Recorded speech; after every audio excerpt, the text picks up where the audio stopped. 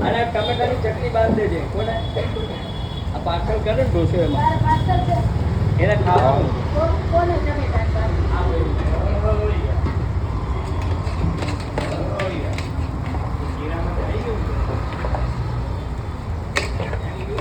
તો તમારે રસોઈ નહીં બન